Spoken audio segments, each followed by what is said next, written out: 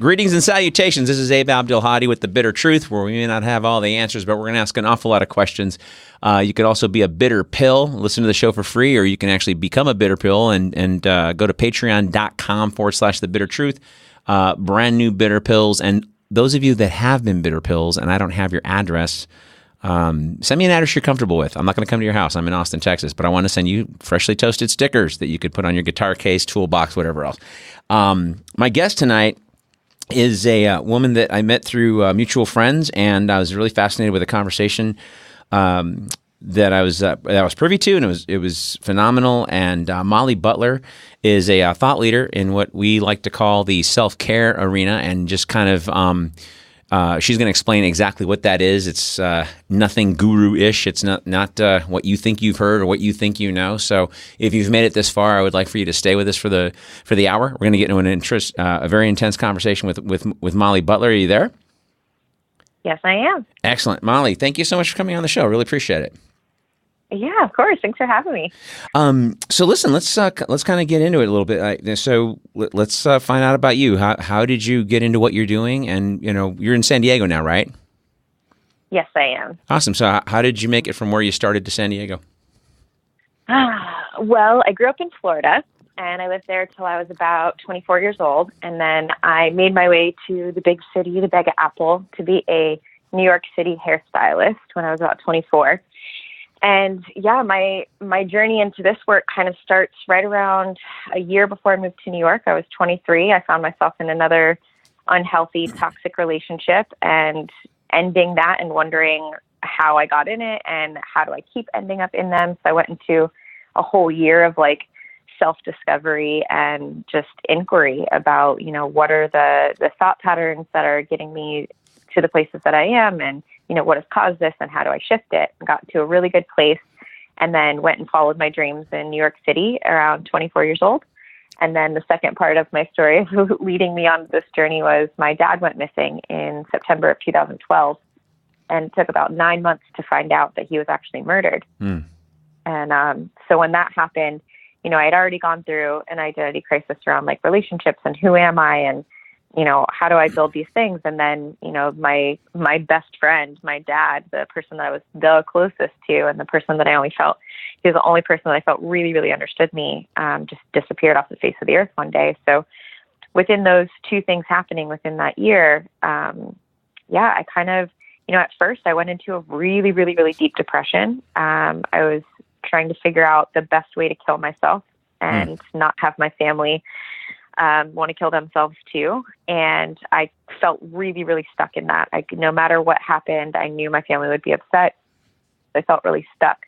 And so I went to the other extreme. I was like, okay, if I can't feel completely different by not being here, how can I feel completely different by being here? And I, tried all different kinds of things, and, nothing was really working. I still didn't want to get off my couch, still didn't want to leave my house. And I read something somewhere that when people meditate, those monks on the mountain, they meditate forever. They're just in a constant state of bliss and peace. And when people do yoga, they experience, this different way of being. And I was like, all right, it's worth a shot. Let me try some of this woo-woo stuff and, see if everyone is right.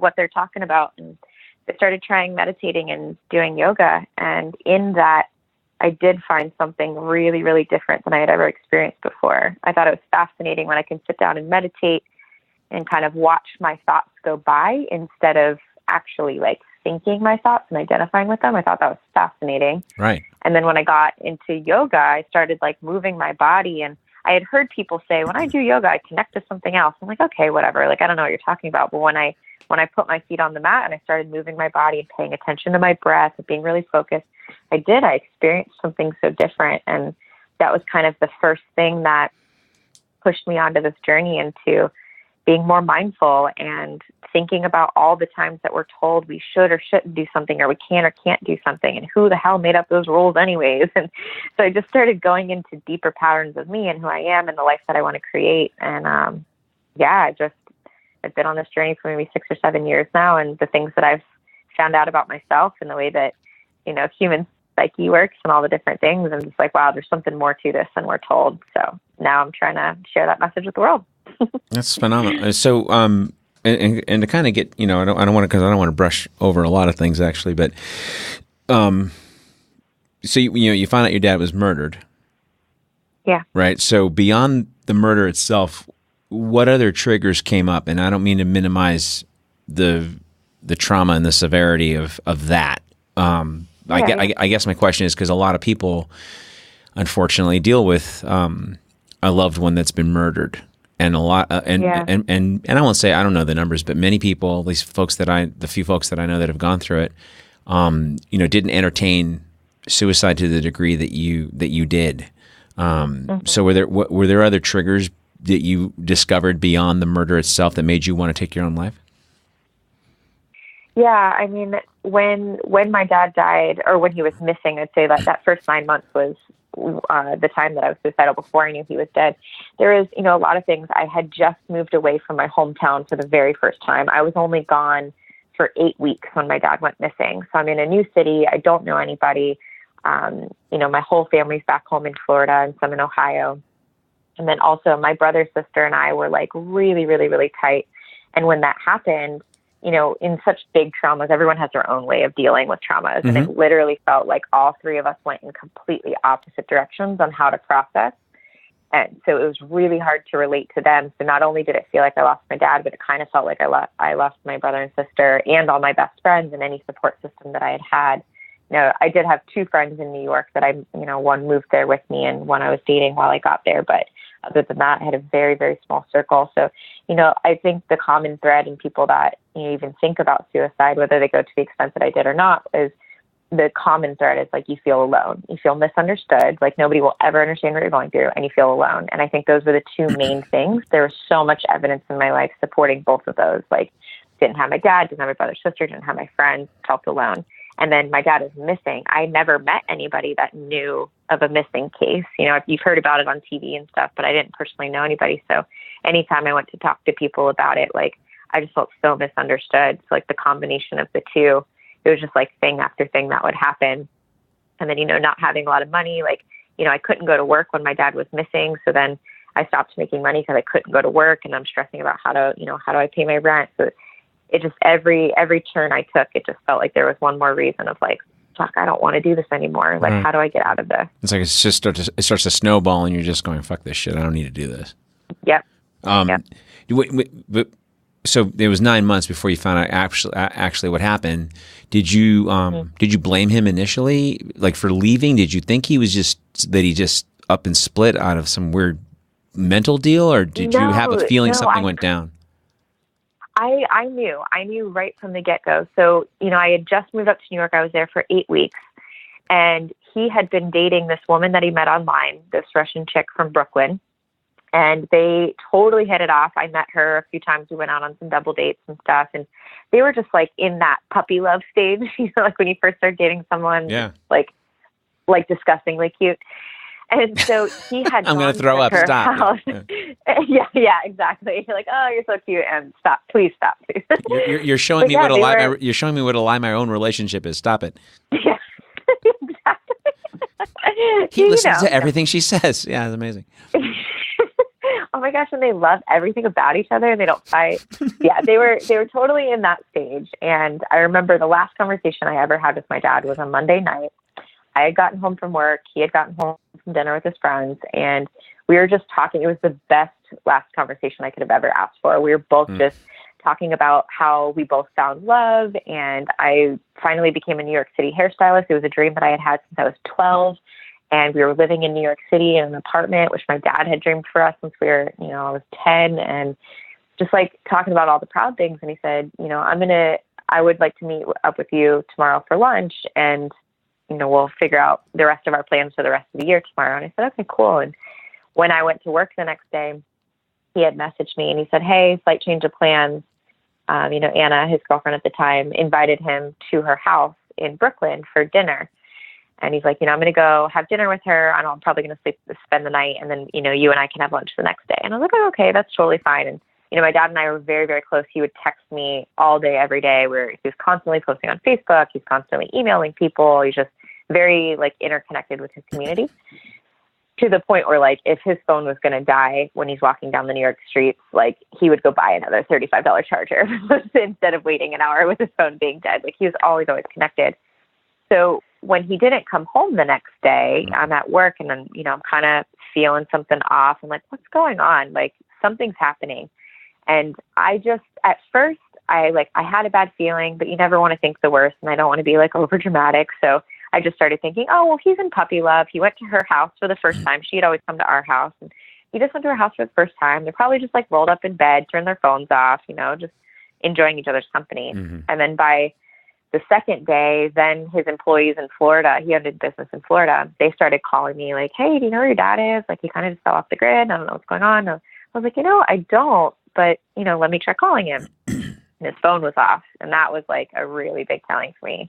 And I kept trying to call him for like 4 hours and his phone was off. And I was like, okay, something definitely happened. So I tried to reach out to his girlfriend and see if she knew. And her story was that my dad spent the night that Tuesday night. And the next morning, they had a great morning. And she left for work and he stayed there. He said he was going to get going later. And later that day, she got text messages from his phone, I guess, not really him, but saying that, I'm breaking up with you. I'm going back to Florida. I have some business to figure out. Don't worry about me. And she's like, what do you mean? What do you mean? And he's just like, don't worry about me for the next couple of days. And so she thought he just broke up with her. So she comes home and she gets consoled by her ex who lives across the street. And she just goes about her normal life. And I knew something had happened. So I called the Manhattan police. They didn't want to do anything. I went to the Brooklyn police. They didn't want to do anything. Go back to Manhattan. I went to the congresswoman's office to see if she could help. I just did everything that I could. And finally it came down to hiring a private investigator. And there was only one suspect and it was her ex-husband. Wait, the ex that she just got consoled by? Yeah. Fucking so crazy. they were together in Russia and they came to America now about maybe 18 years ago. Okay. And they have a son together and they were very close, but they hadn't been together for about 5 years. Mm-hmm. But we didn't know he lived across the street from her. And my dad was the first man that she dated outside of their relationship. And when my dad came along, he was taking her on vacations and promising her basically this life that she's always dreamed of but could never have. Mm-hmm. And the ex was just sitting across the street stewing, watching them. And yeah, we found out it was actually the ex that came and killed him in her apartment that day when she left for work. Wow. But he ended up taking his body up to the mountains and dropping him off a cliff so nobody could find the body. And when they did find the body, it was hard to tell who it was. So it took a lot of investigation, I hired a private investigator, like I said, and we made the story really big on the news in Florida and New York. So finally, eventually, they brought the only suspect in for questioning and he finally confessed. Oh, man. Dude, I am so sorry. I mean, it's been years and you've dealt with it. We're going to talk about how you dealt with it. We're going to talk about it. There's just, that is horrific. Yeah.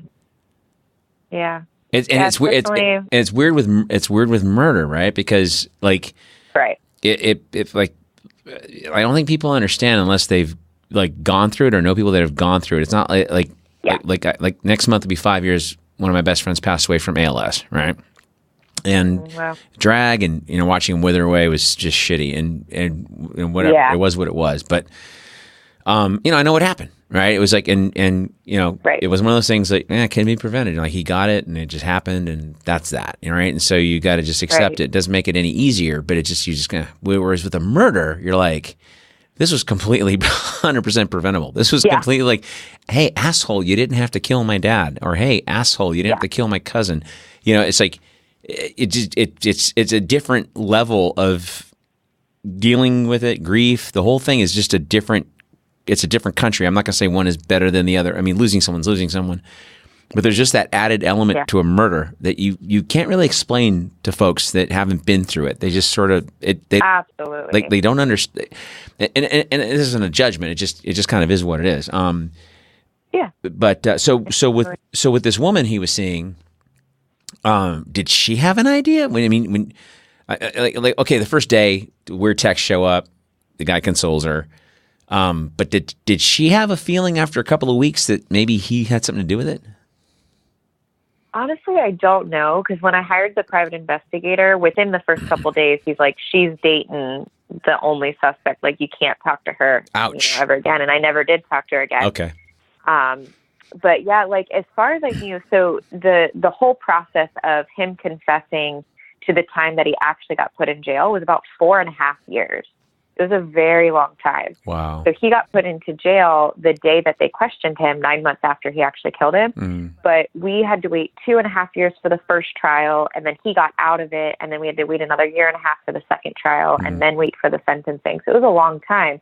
But what I do remember is the very first trial that we went to, she had to testify after I testified. And when they told her while she was on the stand that there was a confession video from him, you saw her face go pale. Like, she had never heard it before. That was never even a thought in her mind that she considered. Now, whether she's naive or not, I don't know. But from my experience of her, seeing her on the stand, hearing that information for the first time, like, I really, truly believe, like, that was the first time she had ever even considered that was a possibility. Sure. And she found out literally that day that he was the one that killed him. That had to make Thanksgiving a little awkward. Yeah, totally. Luckily, he was in jail, and that would be an awkward dinner conversation. Yeah. Well, hey, listen. So we spent some time kind of getting into this, and I think it's just a good, it's just good groundwork for people to understand that you didn't just go to some mountain. You're a woman, so you don't have a beard, but you didn't grow your beard to your navel and chant and come up with this shit. I mean, because like sometimes, like, I'm 55 years old, and there's some things that are hard fought wisdom, right? And I'll say something, and sometimes a person will say to me, "Well, let's listen to you, Mr. Zen, Mr. Evolved." I'm kind of going, "Whoa, fucking 55, man." I mean, I wish I was like Kane in Kung Fu. I wish I studied martial arts like Batman for 5 years with some dudes and Zen It Out, and then came back and became Batman. But that's not what happened. You know, I had to get my nuts put in a sling by some chick, several different whatevers. My dad, everything. You either live and grow, and you Zen it out, or you don't Zen it out, and you just hang on to everything. You're this attached weird person. So, So let's kind of so the first time so you're having these thoughts when you found out he was murdered. Did you still have these suicidal thoughts, or was now there sort of a point of resolve? You wanted to see this guy in jail, and then what did you start doing to sort of begin to heal yourself and take care of yourself? So I had the suicidal thoughts for probably about 3 or 4 months. Okay. So I had already started on my meditation and yoga journey for about, I want to say maybe 4 or 5 months before we found out that he was actually killed. So luckily I found that out, because I think that was literally the only thing that saved me. I'll never forget the phone call, hearing that he was murdered and like what actually happened. It was kind of like one of those Charlie Brown moments where like I heard he killed your father, and then it was like wah wah wah wah wah for the next 20 minutes. And it was like, luckily I had the tools. I knew okay, let's just focus on my breath so I don't black out right now. And I had the tools to do that. But it did feel like, I had already started with yoga, meditation. And by that time I was already like eating a little bit healthier and having a little bit healthier interactions and doing some research on like communication and spirituality and, just different things that I had never heard about before, but that really interested me. And, I kind of went deep into that rabbit hole. By the time we found out, I did have, tools in my pocket, thank God. And it definitely set me back again. I definitely had a week or two there, which luckily it wasn't too long, but a week or two there where I did start having some of those thoughts creep back in. And I just, didn't want to leave my bed again. I didn't want to talk to anybody. I just wanted to disappear. But I don't know what it was. It was after about 2 weeks, I had the aha moment. I was like, what am I doing? Like, I know that I have to keep going, because like you said, we have to make sure that this guy gets sentenced and like put in jail. I have to be around for that. And, my brother and sister need me, because I have to be kind of like the middleman for everything. They were pretty dependent on my dad, even if they were a little bit older, they were still pretty dependent on my dad. So I kind of had to step in and play that role, or, that's how I was thinking at the time. I don't believe that anymore, but I just pulled myself back to what I had already known. And then I just went full force, and I just knew that I needed to get a hold of my mind, because my mind was going to drive me insane if I didn't. And I probably would kill myself, and that's not going to be, a good out for me or anyone around me. No, I mean, I mean, in the interest of transparency, I've been there a couple times in my life. You know, I mean, it was probably a 30-year stretch between the two incidents, but yeah, I mean, where you're seriously thinking about it. You know, like you're thinking of ways to do it. You know. Yep. And in that time, you're not telling anybody. You know, it's like right. Definitely not. All that cry for help bullshit. It's like I didn't cry for help at all. I maybe told 2 people, and the last time I thought about it, and that's kind of what got me accountable. But I was, and even then there was a few month stretch where I was like thinking, yeah, fuck accountability. I just want to be here. And until you get to that point where it's like Fight Club. You know, if you've ever read the novel or seen the movie, you know, you have to lose everything before you can get anything, and you have to get to that bottom, and it's that acceptance, isn't it? It's not just resignation with your head down. It's acceptance where you got to look it in the eye and go, okay, this is, you know, what I was handed, but don't be a victim about it. You know what I mean? Yeah. But it's just the full surrender. Right, 100%. And so, like Sherry, like our friend that, you know, introduced us, when like she raves about you, by the way. You are a rock star hero to her. And one of the I love that girl. And one of the things that she was telling me before we even talked, or before I even heard your thing that you guys did together, she was talking about how you have this uncanny ability to just, you know, check out and go do your thing and take care of yourself, and not in some self-centered, selfish dickhead way, right? That whole, that whole Ronald Reagan me culture shit. I mean, cult of the self crap. I mean, but in a way to take care of yourself. And let's dive into that a little bit. Yeah.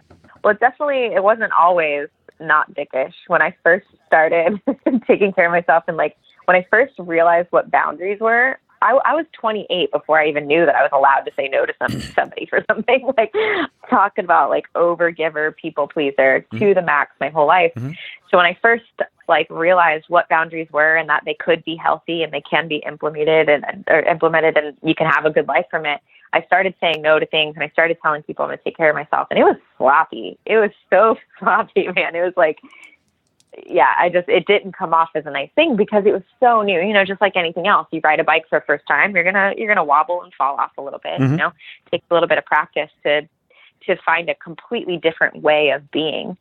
So it definitely wasn't like that. But yeah, over practice and over time, what I realized was the more that I took care of myself, the more that I can take care of other people, because I love taking care of other people. It makes me happy. It makes them happy. If I'm resourced enough to do it, it's good for all parties involved. Right. But what I was finding was most of my life, I was giving so that I feel better instead of making myself feel better and then giving from that place. And what happened was I would make the other person a thief, and I would build resentment. Like, I would overgive, and then I'd find myself saying later, well, I did this and this and this for you. Like, that should never be a sentence that comes out of anybody's mouth ever. If you're giving, it should be completely detached from anything else on the other end. Like, you should give just because you want to give. And I didn't realize that. And then once I did, I was like, okay, so how can I always give only from that place? And I was like, well, I need to stay resourced myself. So I started diving into like, what does that look like? Well, I've learned I need a lot of alone time. Like, I need space from other people to kind of do whatever I want to do, whether that's watching Netflix or meditating, it doesn't matter, but like being alone. Right. You know, I need to eat pretty healthy. When I eat like crap, I feel like crap. Right. So I need to make sure I'm eating healthy.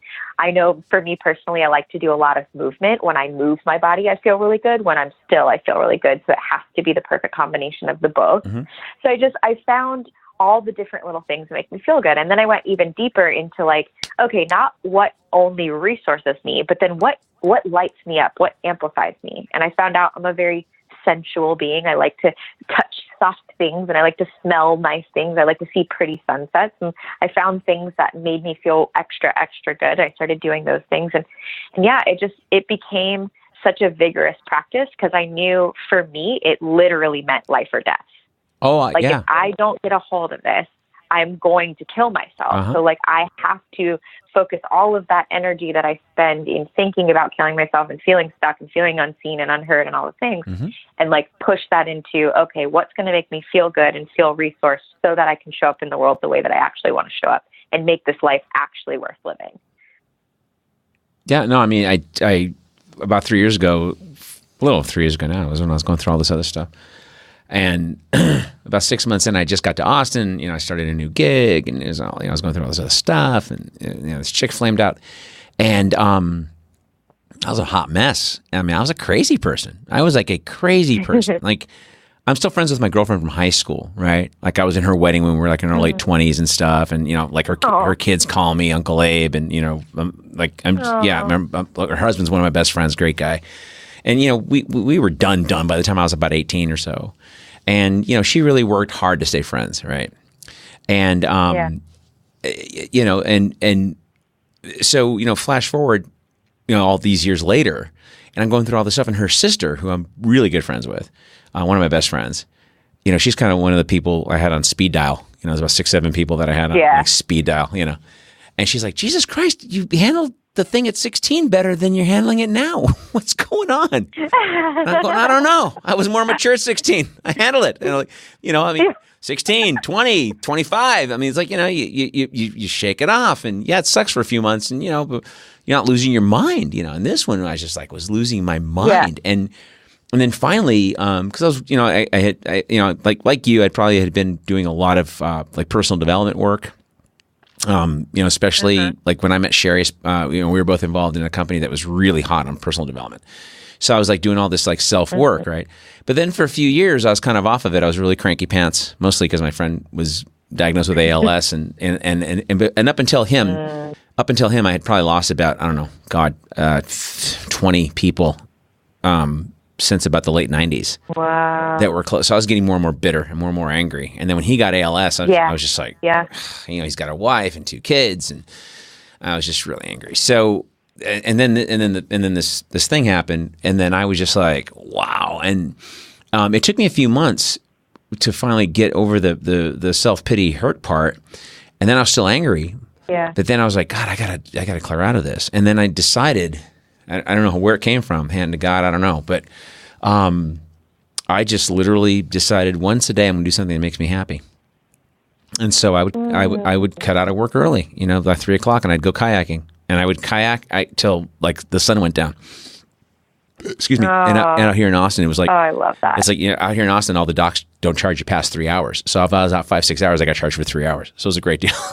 So I'd go out there with an igloo. I'd go out with an igloo full of beer, and my phone was wrapped in a little Glad bag, and I'm listening to music, and I'm smoking a bowl, and I'm out there till like nighttime. The sun's going down, and I'm finally coming. I'm the last guy coming back. Let's be candid, anything, rub one out, watch Netflix, anything that would make me happy. Like, I feel like rubbing one out right now. I'm going to do that. And, it just, and having that, at first I had to force myself, but then it became a habit. Oh yeah, for sure. And it's not easy. Yeah. Because we like to flagellate ourselves, right? And then it became a habit. Yeah. And then in December of 15, I took up golf, which I don't know if that's, some days it makes me happy, sometimes it doesn't. But the cool thing about it is, sometimes, but there's some days I'm like, you know what, man, I've been on the phone all day, whatever. I'm going to go to the driving range. I'm going to take an igloo full of beers. I'm just going to sit on the driving range for 2 hours and hit golf balls.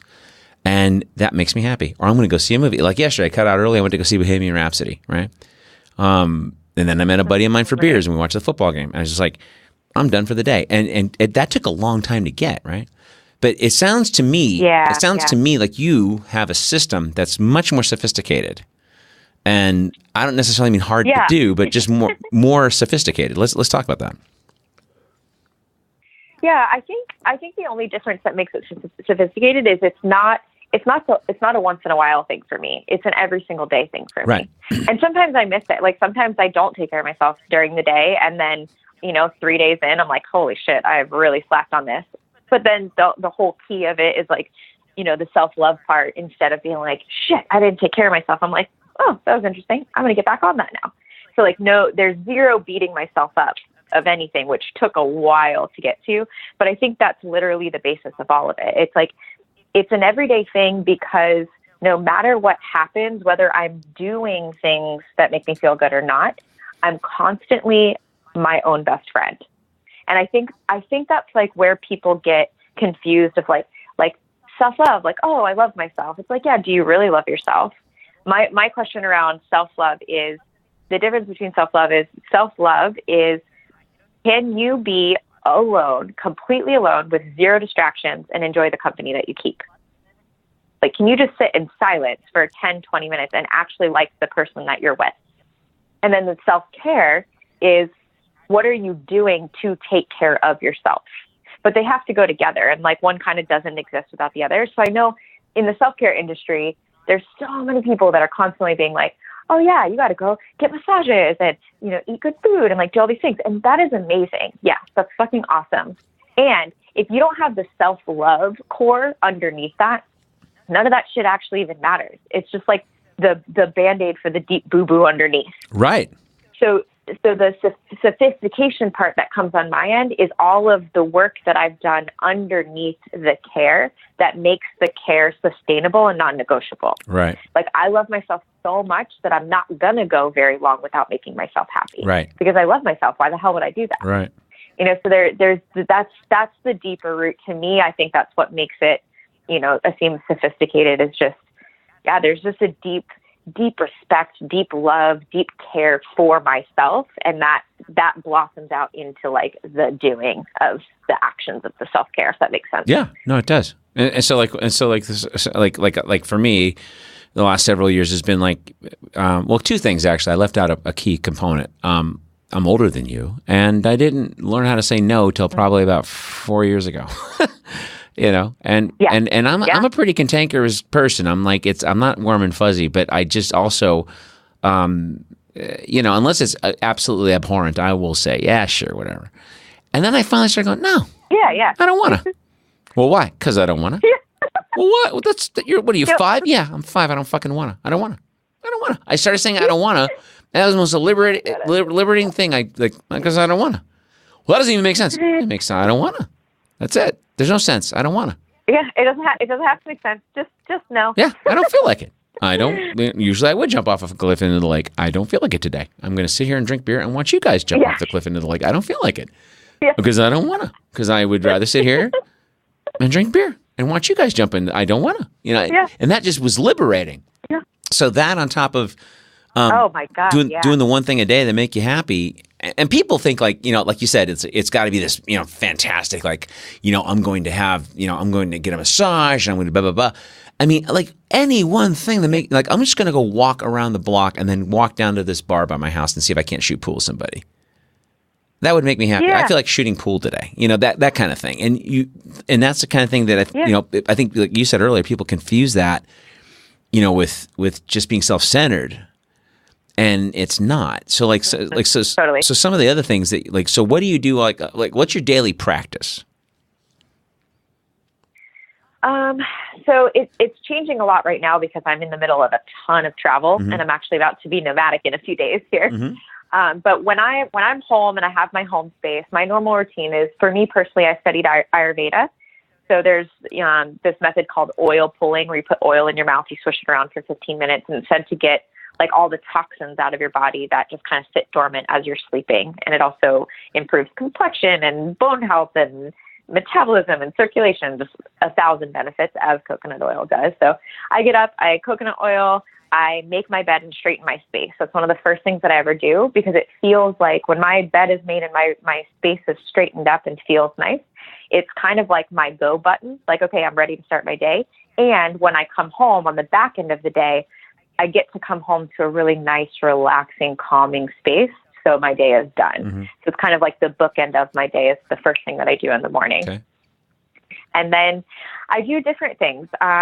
One of the things that I say pretty consistently, even when I'm traveling, is I go through a grateful practice in the morning. So when I wake up, hopefully the first thing that I do before I even open my eyes is go over 3 to 5 things that I'm grateful for. And this was really interesting. This was one of the first practices that I ever started when I was coming out of the suicidal thoughts. And, you know, for a little while, I forced myself to do it. But for a little while, I couldn't think of anything that I was grateful for. So I got really materialistic. And for like 3 weeks, the only 3 things I could come up with was my bed, my pillow, and my blanket.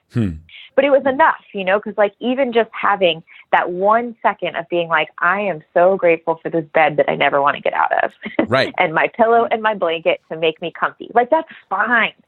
But then it started, wrapping up into more to now where I get such into details in my gratitude practice. Like, I'm grateful that I have all 10 fingers and all 10 toes. And I just like sit with that for a minute. Like, what would it be like to not have a finger? Like, that would kind of suck. I'm really glad I have all my fingers. Right. And I'll get down into like, the weirdest stuff to be grateful for. But it's a really cool way of starting your day in the experience of like abundance and gratitude instead of lack. Because most of the time people wake up first thing in the morning. What do? They go to their phone and they scroll, or they make a cup of coffee and they put that caffeine in their system. So they're go.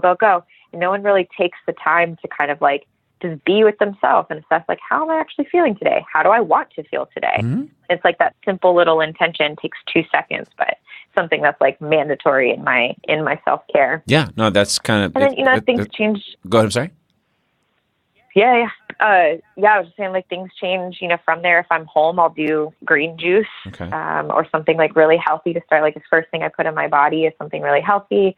Sometimes I'll, read a part of a book, like a self-help book or something, or, just something to get my mind, my body, my spirit all in line to like who I want to be that day and how I want to feel.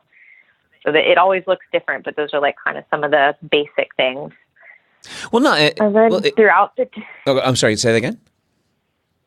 I was going to say throughout the day, but I feel like you have a question before that. Well, no. Finish your thought though, because I was going to make a point, but you're probably going to answer it.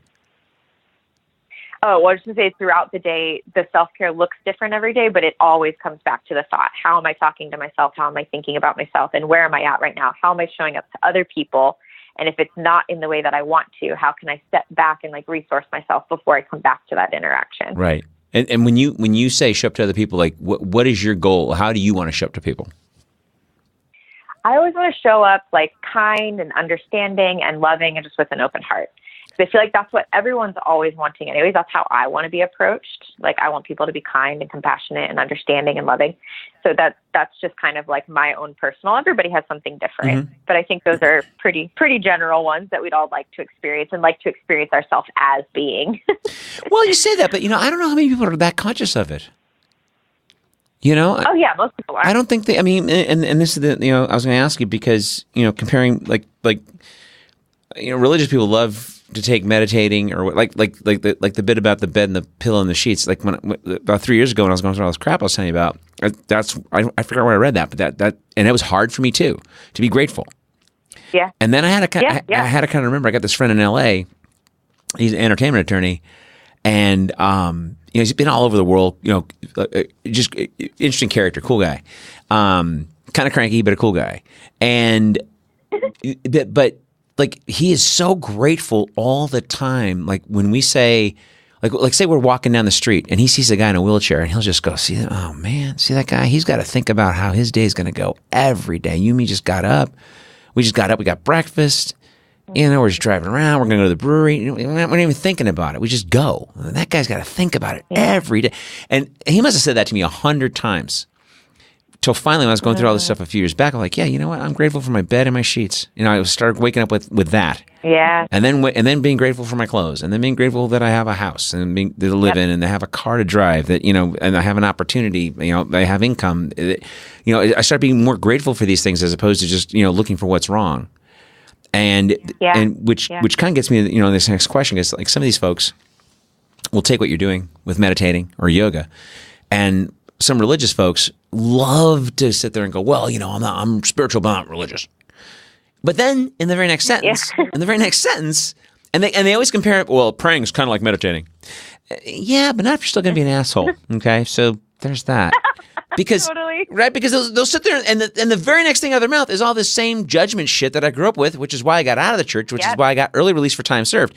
So so when you meet those people, how would you compare, say, what you do, your practice, which is frankly a Zen, to that of organized religion? Because as much as people want to say they're not an organized religion, if you're going to tell me I'm going to go to hell, and you're not, Yeah. It's organized. Oh, but I'm spiritual. No, you're fucking Yeah. organized. I'm sorry. You're baked in the brain. It's what you do. It's what you do. I'm sorry. I hate to tell you that, but you're an asshole. Or your group is better, or that group is evil. Why? It's all like Aesop's fables. It's like these people want to do this stuff about Aesop. No one legislates on Aesop's fables. You ever notice that? I don't see any congressman going, we're going to make a legislation based on Androcles the lion. It never happens, right? But I'm supposed to take these fairy tales, which most of them are. Just because listen, just because London exists doesn't mean Cinderella is real. Okay, New York City exists doesn't mean Spider-Man was real. Well, Jerusalem is there, so Jesus maybe not real. Great story though. I love the stories. I've read the Bible. I know the stories. They're awesome. But so how do you? And I don't like to use the word combat because you're not combating anything. But how do you show somebody what you're doing maybe a little different, maybe a little bit more outside the brain, maybe a little bit more outside of what we're baked into? That's a great question. Honestly, I think at the root of it all is I just don't really care if other people like it or not. Good. Because when you're talking to someone and you want so badly for them to understand or see it or agree with you, you almost kind of can't even have a conversation, and a lot of the stuff gets lost in translation, and you just kind of sound like a dick because there is an agenda. So what makes us different is when I talk to someone, I'm simply giving them information and sharing my experience with what I've seen and what I've heard and what I do, and I don't care whether they resonate with it or not. And my whole thing is if you hear something that I say and you like it, awesome, take it, implement it, make it your own, do whatever. If you hear something that I say and you don't like it, cool, let it go and walk away. There's no, I'm not trying to prove anything. I'm not trying to convince anything. And it wasn't always like that. When I first started meditating, I thought I had the golden keys to the kingdom and everyone needed to hear and everyone needed to know and nobody was doing it right. And I was the only one doing it right. It's I went through a period of that too. And I'd look at people like, oh, you need to meditate, or, oh, there was a judgment time. And then I kind of came full circle with it. And I was like, oh, that's kind of the same thing as all the other things that I hate. Right. So how can we go even further into it? But, and I think it's kind of natural, when people find something that's so different than they've ever experienced in their life, and it really opens up their life in a way that they never imagined. I think it's pretty natural for the ego to kick in and be like, oh, I have it, and I'm the best, because it's such a sense of accomplishment, and that's how we're taught to celebrate ourselves, when really, it's just pulling it back, letting the ego mind calm down a little bit and be like, yeah, I'm not all that. I just found something that really works for me, and if it can help other people, I want to share that. And if it doesn't, fucking cool. Send them on their way. Let them do their own damn thing. Sure. Well, and you made it's just the place of where it's coming from. You made a point earlier though about learning how to give just to give. Most of us aren't taught that. We're taught to give to receive, right? Like the guy that killed you, the guy that killed your dad. He festered on that shit for 5 years. Well, I was a good man, and she said she loved me, and blah blah blah blah blah. And what did I do? Yeah. And I did all these. You meet those guys all the time, like those incel fuckheads. They for sure. I can't get laid. It's like, okay, yeah. I don't know. God, those are the worst. Chew a mint, asshole. And girls do this too. But I'll hear things like, "Well, but I'm so nice. Why doesn't a girl like?" Maybe it's because you're being nice to get something, and people can sense it, and you're a total fucking fraud, and they can feel it off of you. Maybe that's what it is. Yep. It's like, even if they don't know that they can feel it, they can feel it. Yeah. And that's where it gets lost. Right. Yeah? Because if everything out of your mouth is, I did this, I can't understand why. Well, maybe you can't understand why, but they understand why. That there's a price to be around you. There's a price to receive what you're giving, because you're giving it to receive. Absolutely. Versus giving to give. I really think that's where the whole nice guys finish last type thing it comes from. It's like guys were trying to be nice to get something, and then they get a bad rep. It's like, well, because you weren't actually fucking nice. Right. You were doing nice things, right, but you're not actually nice at your core. Right. Like, okay, you're doing nice things for the hot chick. Okay, great. Why don't you go do nice things for the overweight girl with no dates? Why don't you go do nice things for the girl that doesn't have a lot of friends? But you're doing nice things to get laid, right? And then if it doesn't pan out, you start doing this victim shit.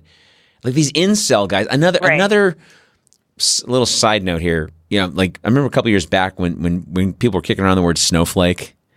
Because, and to be sure, the Democrats lost their fucking mind and they melted down when Hillary lost. Like, you're surprised, really? In the middle of a political revolution, let's cheat the revolutionary and put in somebody who's really competent. And she's on time.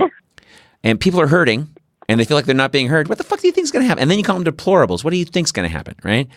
But then these Republicans are watching these meltdowns, which were kind of comical because I didn't like her either. And I don't like him. I didn't vote for either one. But they start tossing around the word snowflake.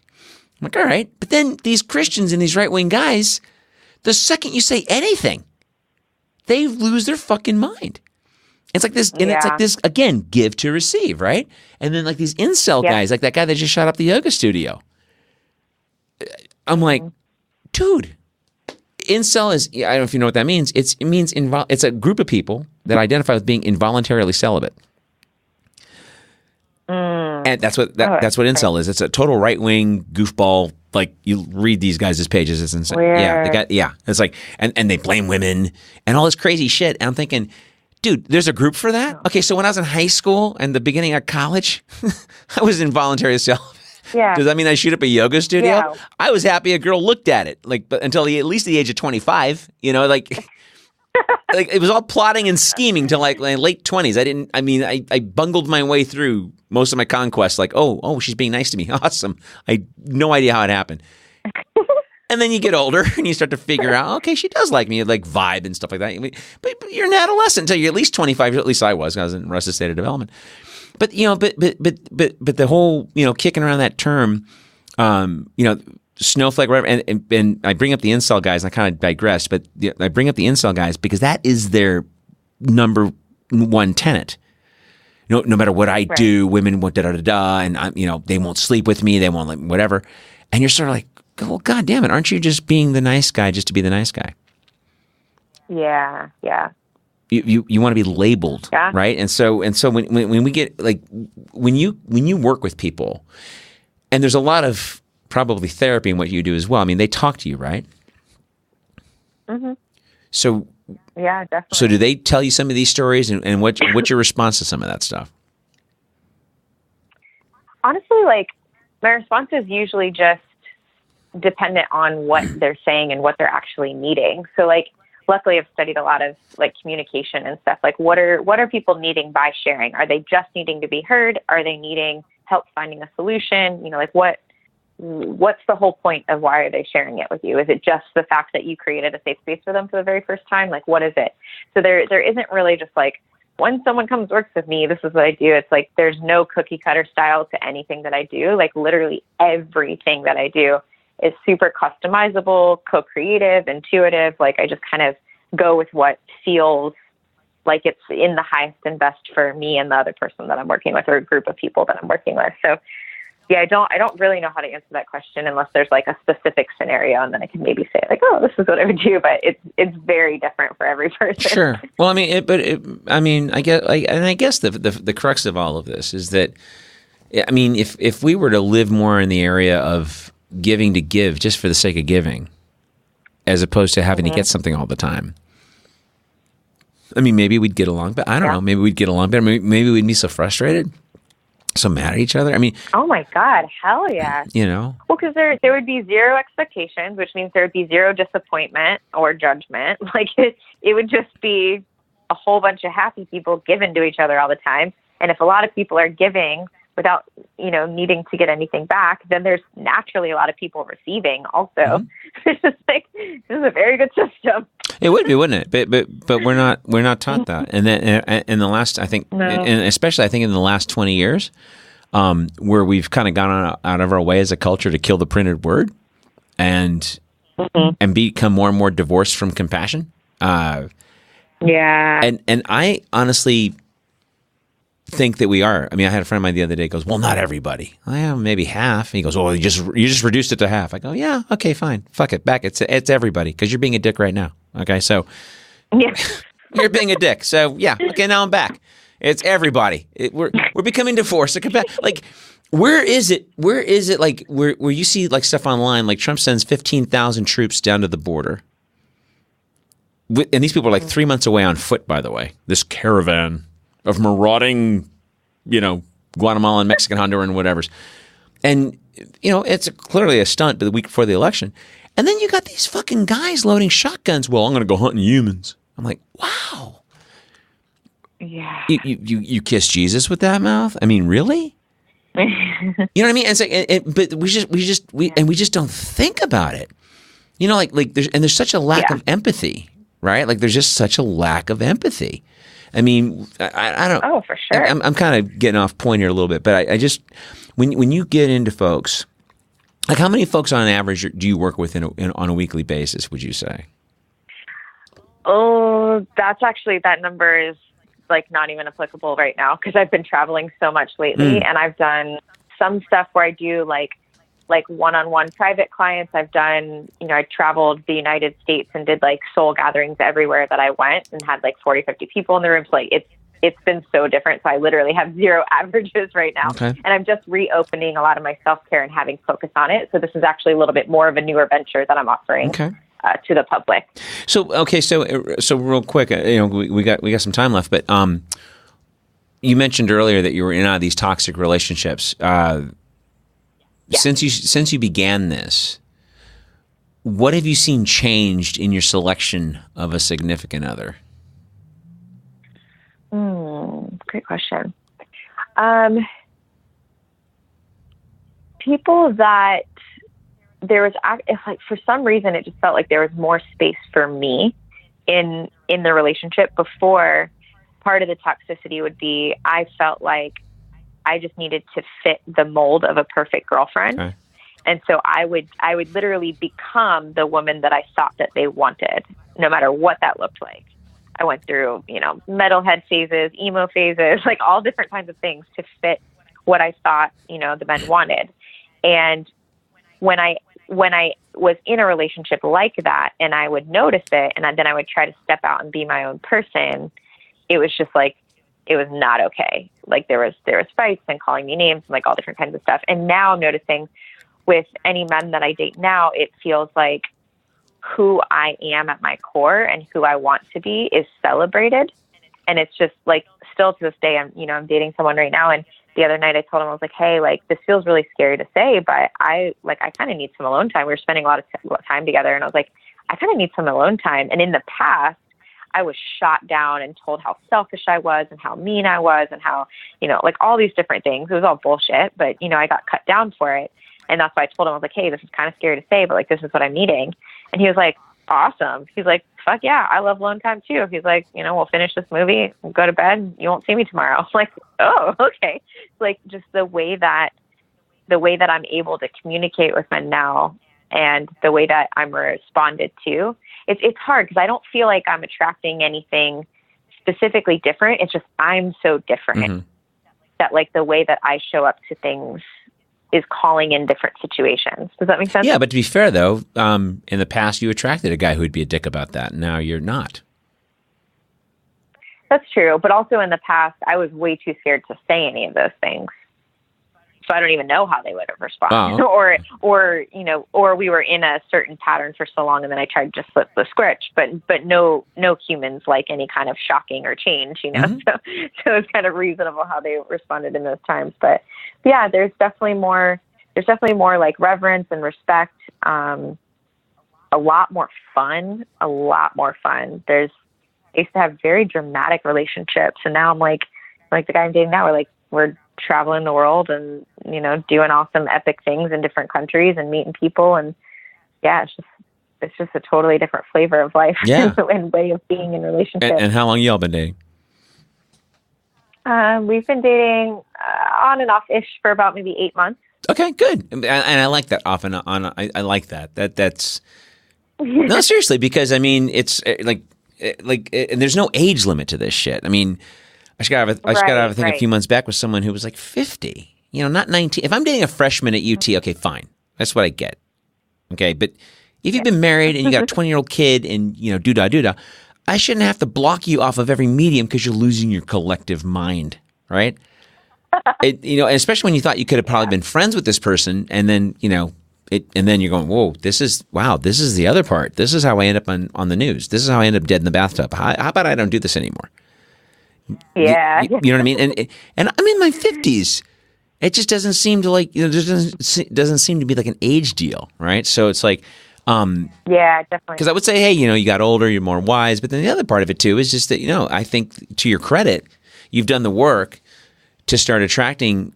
Well, first of all, to be more vocal about yourself and what you want, but also to, to attract somebody who would respect that. Because it takes the other person to respect that and not make you feel guilty.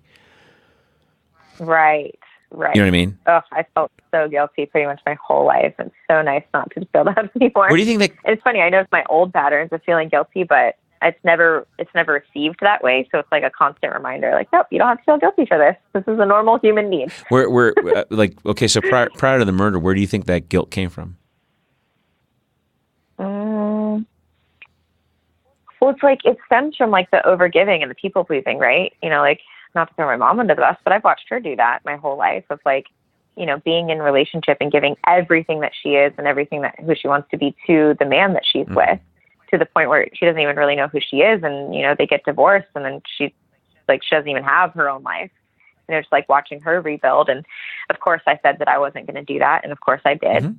Mm-hmm. But yeah, I think it stems a lot from overgiving and just worrying so much about other people and making them happy in this weird way. You're tricking yourself of like, oh, if I can make them happy, then I'll be happy. And it's all just bullshit. No, it is. I mean, Emerson said this, you can't get happiness from outside. It can't be a lover or your boss or things are going well with work or your business. No. It's got to be, you got to be cool with, like you said it earlier, you've got to like yourself by yourself. And if you don't. Well, because like. Okay.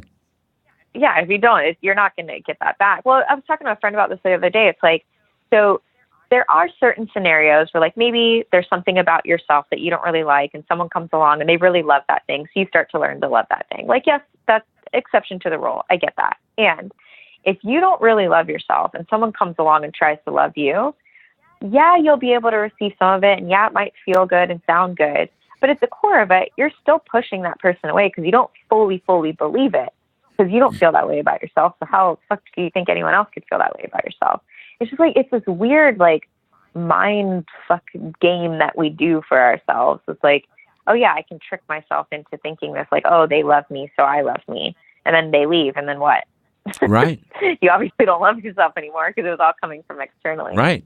Yeah, I just like to slash that game all the way through. Just like, no, all of it is bullshit. If you don't really, truly love yourself, you can't really truly love someone else, and you can't truly really like get the love back from them. It's always going to be limited. It's always going to fit into the tiny little box that is your self-love. Yeah. Well, listen, on that note, we're going to start to wrap it up here. Is there a website or anything that you want folks to know about? Yeah, I share a lot on my Facebook page, and then I also have a blog. So you can find me at Facebook /Molly B Love, like Molly B, the letter, and love. And then my website is mollyb.co. And I'm always sharing like blog posts. I'm, promoting my retreat right now. I'm doing for the first time ever a self-love, self-care retreat, teaching people all the things that, we kind of just touched on. And yeah, just sharing a lot of fun stuff on there. Excellent. Well, hey, listen, I know you're getting ready to go to Africa and be fabulous, and I appreciate you coming on and spending time with us. And I know we kind of got off a little bit here and there, but that's kind of what we do. So, but I seriously appreciate the time, and I'd love to have you come back on, talk about something else as well. And folks, again, patreon.com/The Bitter Truth if you want to be a bitter pill. Obviously, you can listen to the shows for free, and then there's also blogs and essays that we post. And that's about it, man. If this stuff makes you uncomfortable, it's supposed to. Sleep tight.